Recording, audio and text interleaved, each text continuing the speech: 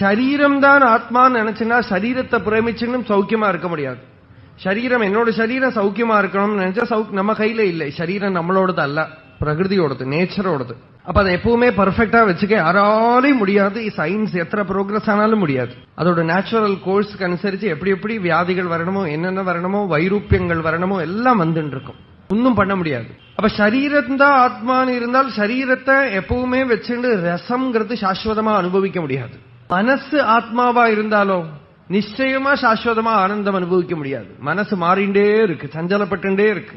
புத்தி ஆத்மாவா இருந்தாலும் அப்பவும் முடியாது. இது எல்லாம் விலக்கி சாஸ்வதமான ஒரு வஸ்து உள்ள இருக்கு, போதம், உணர்வு.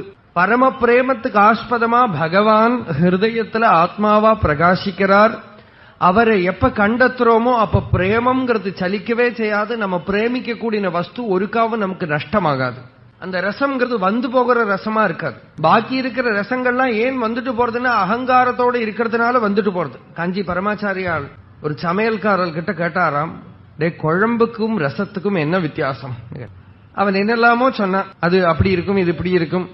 அது இல்லை, முக்கியமான டிஃபரன்ஸ் என்னது அப்படின்னா, குழம்புக்கு தமிழ்ல என்ன சொல்லுவான்னா தான்னு சொல்லுவான். தமிழ்ல தான்ங்கிறதுக்கு அகங்காரம்னு அர்த்தம் உண்டு, கஷ்டம்னு அர்த்தம் உண்டு. பரமாச்சாரியால் சொன்னா குழம்புல தான் இருக்கும், தான் இருந்தா குழம்பிண்டே இருக்கும்னு அர்த்தம். அந்த தான் போனால் ரசம். அந்த தான் போயிடுத்துனா, அகங்காரம் போயிடுத்துனா ரசம். அந்த அகங்காரம் இருக்கிற மட்டும் குழம்பிண்டே இருக்கும். கன்ஃபியூஷன் தான், விஷமம் தான், வைஷமியம்.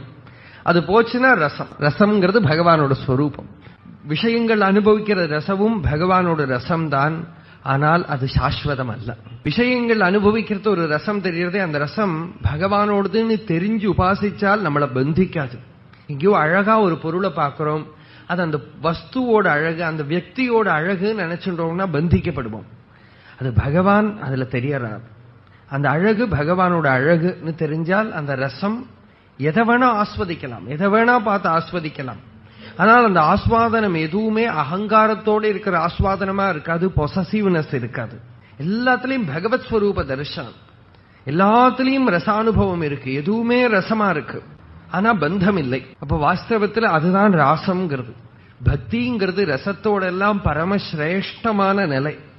லௌகிகமான ரசங்கள்லாம் ஏமாத்திட்டு போயிடும், வந்துட்டு போயிடும். ஏன்னா சாஸ்வதமான ரசம் இல்லை. லோகத்தில் இருக்கிற வஸ்துக்கள்கிட்ட இருக்கிற ரசம் எல்லாம் கொஞ்ச நேரம் நிற்கும், அப்புறம் போயிடும்.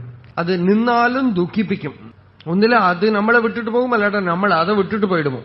அப்போ ஒருக்காவும் நம்மளை விட்டுட்டு போகாத ஒரே ஒரு வஸ்து தான் இருக்கு, ஆத்மா.